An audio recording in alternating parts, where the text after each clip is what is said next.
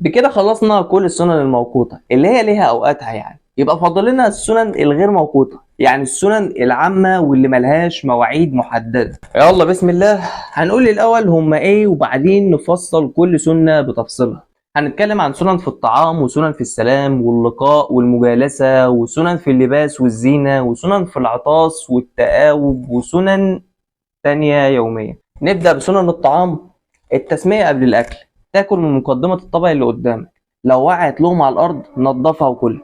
طلعك صوابعك. نسلة القصعة، يعني لو باقي أكل في الطبق تمسحه بصباعك كده وتاكله. تمسك الأكل وتاكله بثلاث صوابع. تتنفس خارج الإناء 3 مرات. تحمد ربنا بعد الأكل. من السنة الاجتماع على الأكل. تشكر في الأكل لو عجبك وتدعي لصاحب الأكل. لو في ايدك عصير وهتسقي اللي قاعدين وانت اللي هتوزع، ابدأ وزع من ناحية اليمين، وكمان تشرب انت اخر واحد. لما تيجي تسيب اكل في طبق او كوباية غطيها باي حاجة واذكر اسم الله عليه. ندخل على سنن السلام واللقاء والمجالسة. من سنن السلام القاء السلام، واستحباب القاء السلام 3 مرات ان لزم الامر ده. ومن السنة تعميم السلام على اللي تعرفهم أو ما تعرفهمش. السنة إنك ترمي السلام على من جاءت السنة بابتدائه، يعني القليل يرمي السلام على الكتير، واللي راكب يرمي السلام على اللي ماشي، واللي ماشي يرمي السلام على اللي قاعد، والصغير يرمي السلام على الأكبر. من السنة إننا نرمي السلام على الصبيان، الأطفال يعني. من السنة لما تدخل البيت، ودي فيها 3 أمور: تذكر اسم ربنا، تتسوق بالسواك، السلام على أهل البيت. من السنة انك توطي صوتك في السلام لو اللي انت داخل عليهم فيهم حد نايم.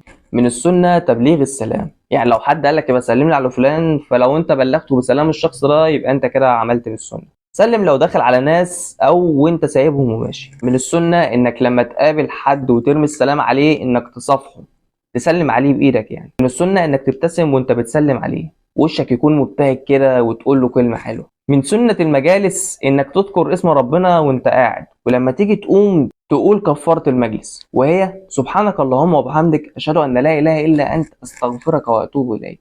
ندخل على سنن اللباس والزينة. من السنة التيامن في التنعل، يعني أي حاجة هتلبسها في رجلك تبدأ باليمين، وأنت بتقلع هتقلع الشمال أول. إنك تلبس لبس لونه أبيض ده من السنة، وإنك تحط عطر أو برفيوم من السنة. وافضل طيب تعطر نفسك بيه هو المسك، وتأكيد استعمال الطيب او المسك في 4 حالات: يوم الجمعة، المرأة بعد حيضها، وقبل الدخول في الإحرام، وتعطير الميت. والاستثناء لعدم استخدام الطيب او العطر هو المحرم بعد ما دخل في الإحرام، حتى لو توفى، بس بشرط انه يكون مات وهو محرم. واخر سنة في اللبس والزينة هو وانك بتسرح شعرك تبدأ بالجنب اليمين. نيجي لسنن العطس والتثاؤب. سنة العطس انك تقول الحمد لله، واللي يسمعك يرد عليك بيرحمكم الله، وترد تقول له يهديكم الله ويصلح بالكم. ممكن تغير في الصيغة وتقول الحمد لله على كل حال. لو حد عطس وما قالش الحمد لله ما ينفعش انت تقول له يرحمكم الله، لازم هو يحمد ربنا الاول وبعدين انت تقول له يرحمكم الله. سنة التثاؤب هو انك تقفل بقك او تحط ايدك على بقك وانت بتتاوب. كده خلصنا. ندخل على سنن يومية. نقول الذكر اللي ورد لما ندخل دورة المياه. وانا داخل اقول اللهم اني اعوذ بك من الخبث والخبائث، وانا خارج اقول غفرانك. كتابة الوصية بتاعتك من السنة. من السنة السماحة واللين في البيع والشراء. صلاة ركعتين بعد كل وضوء. من السنة انتظار الصلاة قبلها وبعدها، وده فضله كبير، وهو ان الملائكة بتفضل تدعي لك طول ما انت قاعد. من السنة تجديد الوضوء لكل صلاة حتى لو كنت على طهارة. سنن الدعاء، وهي تدعي وانت على طهارة، مستقبل القبلة، ترفع ايديك، تبدأ بالثناء على الله ورسوله، تدعي ربنا من اسمائه الحسنى، يعني تختار من اسماء الله الحسنى وانت بتدعي. من السنة تكرار الدعاء والإلحاح بيه. وآخر سنة في سنن الدعاء إنك تخفي الدعاء محدش يسمعك. من السنن اليومية ذكر الله تعالى والتعبد بقراءة القرآن. ذكر ربنا في حياة للقلوب. فرق اللي بيذكر ربنا واللي مش بيذكر ربنا، فرق الحي من الميت. تحث على ذكر ربنا في كل موضع أو معظمهم، بشرط إنه يكون بلسانك وقلبك الاتنين سوا، تكون حاسس باللي بتقوله فعلا. كتر ذكرك لربنا، ده هيخليك من السابقون المفردون. والمفردون عرفهم النبي بانهم الذاكرين الله تعالى كثيرا والذاكرات. بكده نكون خلصنا كل السنن اللي وردت عن الرسول صلى الله عليه وسلم، السنن الموقوتة والغير موقوتة. طب الحمد لله انا كده معايا كل المعلومات وكل السنن، بس في مشكلة. ازاي اعمل كل السنن دي؟ الموضوع بسيط قوي. كل يوم اعمل بسنة او اتنين او اكتر على قد ما تقدر تستوعب يعني، وكل يوم تزود سنة. مرة في مرة هتلاقيك بتعمل السنن كلها على مدار يومك. حلو قوي الكلام ده. اول حاجة في النهاية هي اننا نمشي على السنة وتبقى منهج حياتنا.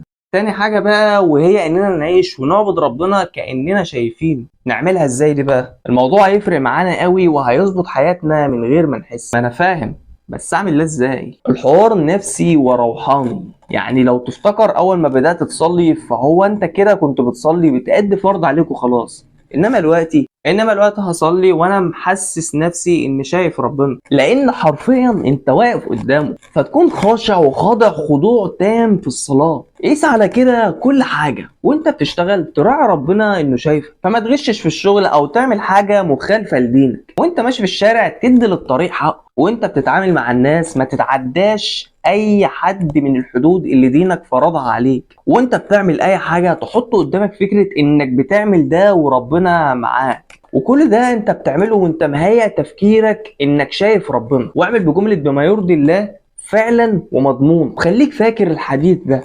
قال رسول الله صلى الله عليه وسلم: الإحسان أن تعبد الله كأنك تراه، فإن لم تكن تراه فإنه يراك. ربنا يعيني وأقدر أعمل ده. كل الموضوع يتلخص في صفو النية والقلب. قلبك يستحضر ويصدق الفكرة وهتلاقيك على الطريق. طب لو حاولت وما قدرتش أحس بده أعمل إيه؟ تعمل بالنص التاني من الحديث. ركز كده: فإن لم تكن تراه فإنه يراك. يعني لو ما حسيتش ان مقام ربنا بقى جوه قلبك وانك وصلت انك شايف ربنا، اعمل بان ربنا شايف. هي النتيجة واحدة، بس في الاولى انك مستحضر مقام ربنا في قلبك. والله انا مش مصدق ان كده خلاص، يعني دي اخر حلقة في سلسلة دوري ابطال الجنة. خليك انت بس قادر على النهائي وخليه منهج لباقي حياتك، وربنا يرزقنا الفردوس الاعلى. طبعا ما هو ده اكبر هدف عايزين نوصل له فعلا. ربنا يقوينا على كده يا رب. يا اخويا ربنا يثبتنا على طاعته. لو لسه مكمل لغايه هنا كمل دعمك بلايك وشير وكومنت بالصلاه على النبي. ادعي لاخواتنا بالصبر والثبات والنصر، وما تنساش تفعل زر الجرس، وده بعد ما تسبسكرايبر في القناه علشان اول ما ننزل اي جديد ينزل لك. وبس كده، السلام عليكم ورحمه الله وبركاته.